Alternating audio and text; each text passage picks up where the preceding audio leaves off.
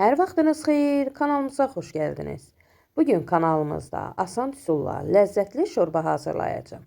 Şorbanı hazırlamaq üçün 1 ədəd soğanı əvvəlcədən kubik şəklində doğramışam. Üzərinə kərə yağı əlavə edirəm.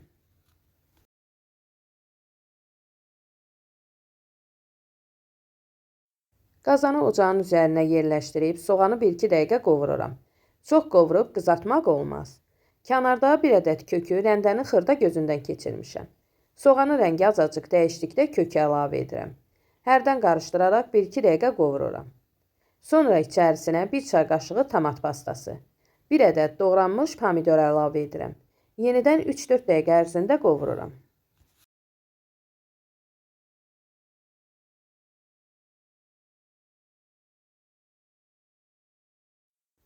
Sonda əvvəlcədən qaynatdığım sümüklü ətin suyunu əlavə edirəm.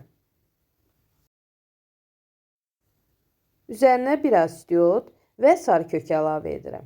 2 ədəd orta boy kartof götürmüşəm. Kartofu bu qaydada kubik şəklində doğrayıram.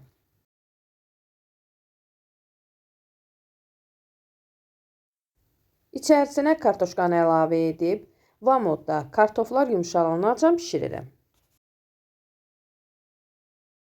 Supa əlavə etmək üçün xırda vermeşil götürmüşəm. Vermeşili yumru düyüyünə və yaxud da bulğurla əvəz edə bilərsiniz. Kartoşka pişdikdən sonra vermeşili də əlavə edib 3-4 dəqiqə pişirirəm. Sonda ocağı söndürürəm. İçərisinə keşniş, şüyü də əlavə edirəm.